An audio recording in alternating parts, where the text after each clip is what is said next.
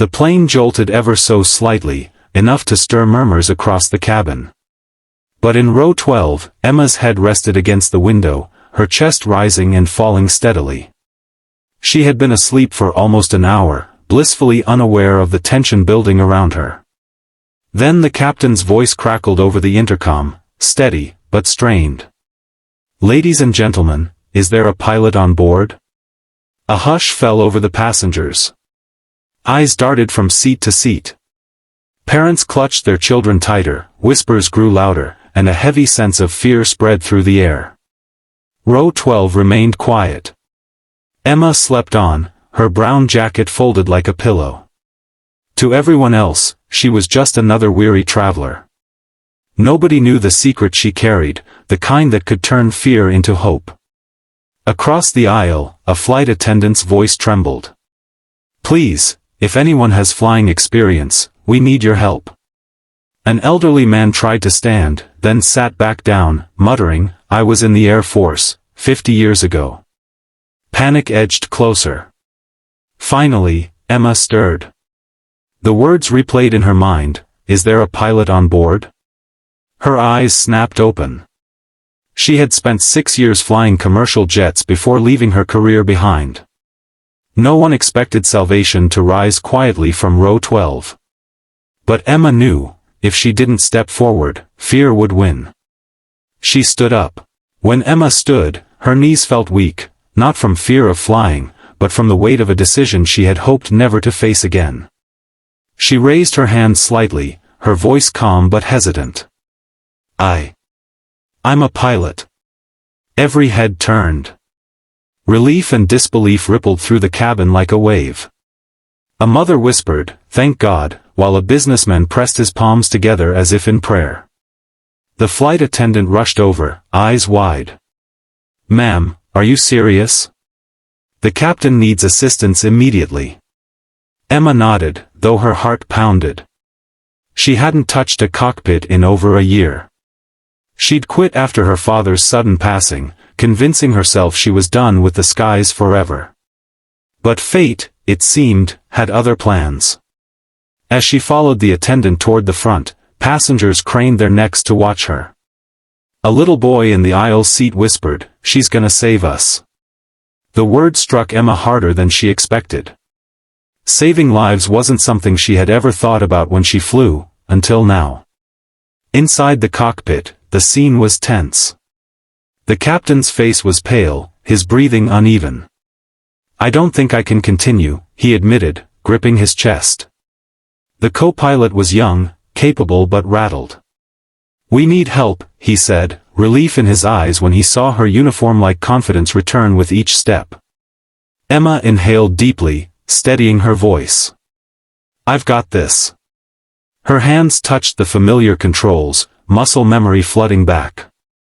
For the first time in months, she felt the skies calling her home.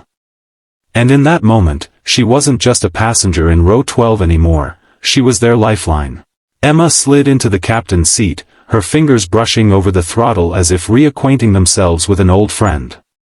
The cockpit lights blinked, steady yet urgent, while the co-pilot gave a quick rundown. "We've lost partial navigation, and the captain's condition isn't improving. Nearest landing strip is 200 miles out." Emma's jaw tightened. 200 miles in rough weather. She glanced at the radar, storms were forming ahead. A test she hadn't asked for, but one she couldn't turn away from. Behind the sealed cockpit door, silence had fallen in the cabin. Every passenger waited, their lives balanced on the hands of the woman who had been asleep just minutes before. Emma steadied her breath. "Okay, we're going to do this step by step." Her voice was calm, practiced, the kind of tone that made others believe even when she doubted herself. The co-pilot followed her lead, flipping switches as she instructed. But when turbulence struck, the plane lurched violently, throwing the passengers into gasps and cries. A baby wailed, someone shouted a prayer. Emma's grip tightened on the yoke. "Easy, girl," she whispered to the plane as if it were alive. "Stay with me." For a flicker of a moment, doubt seeped in. What if I can't? What if I fail them? But then she remembered the boy's whisper from earlier, she's gonna save us. Her father's voice echoed, too, from years past, flying isn't about machines, Emma. It's about people. You carry their hopes in your hands. With renewed resolve, Emma pushed through the storm. The plane steadied, cutting through dark clouds into a sudden clearing of light. The co-pilot exhaled sharply. You just saved us. Emma didn't smile. Not yet. She knew the hardest part was still to come, bringing everyone safely back to the ground. The storm had passed, but Emma knew the true challenge was still ahead. Landing. It wasn't just about skill, it was about nerves of steel, and hers hadn't been tested like this in years.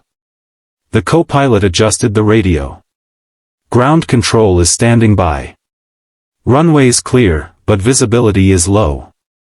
They said, it's all yours. Emma swallowed hard. The responsibility pressed down on her like gravity itself. She glanced at the captain, pale and slumped, barely conscious. Then she thought of the passengers, families, strangers, children, all depending on her. For a moment, her hands trembled. She remembered why she'd left flying. After her father's death, every cockpit had felt like a prison, a place where grief drowned her focus. But now, she realized, this was different. This wasn't about her pain. It was about them. She closed her eyes, whispered to herself, Dad, guide me through this. As the plane descended, the turbulence returned. Gasps echoed from the cabin as oxygen masks swayed above their heads. Emma's voice broke through the intercom, steady and firm. Ladies and gentlemen, this is your pilot. I need you to stay calm. We're going to land safely. Trust me. The words carried weight, not just to the passengers, but to herself. The runway lights pierced through the haze, glowing like a path home. Emma lowered the landing gear, her every movement precise. The co-pilot called out altitudes, his tone half panicked, half awed. 500 feet, 300, 100. The wheels screeched against the tarmac, bouncing once before gripping the earth. The cabin erupted in cheers, sobs, and prayers of thanks. Emma exhaled a trembling breath she hadn't realized she was holding. She had done it. But as the plane slowed, the true impact of what had just happened began to sink in. The moment the plane rolled to a stop, the cabin filled with applause, tears, and the uncontainable relief of hundreds of beating hearts. People reached across aisles, hugging strangers, united by survival. Emma removed her headset, her hands still trembling. She turned to the co-pilot, who looked at her as though he'd just witnessed a miracle. You were born for this, he whispered. But Emma shook her head softly. I was born to walk away, until today. The medics rushed in, tending to the ailing captain. When the cockpit door finally opened, a surge of passengers pressed forward, not in panic, but in gratitude. The mother with the young boy reached her first. The boy's eyes shone as he said, I told them you'd save us. Emma's throat tightened. She knelt to meet his gaze. You were braver than me, she whispered back. As she stood, another passenger, a businessman who had seemed hardened and distant during the flight, grasped her hand. His voice cracked. You reminded me today that humanity still matters. Emma had spent so long believing her wings had been clipped by grief. But now, surrounded by people who looked at her not as a stranger in row 12, but as the reason they were alive, she realized her father had been right all along. Flying wasn't about machines, it was about carrying people's hopes. As the passengers disembarked, one by one thanking her, Emma finally allowed herself to smile. She hadn't just landed a plane. She had landed faith, courage, and the reminder that kindness and selflessness still soar highest when fear tries to ground us. That day, Emma knew she wasn't done flying. Not yet.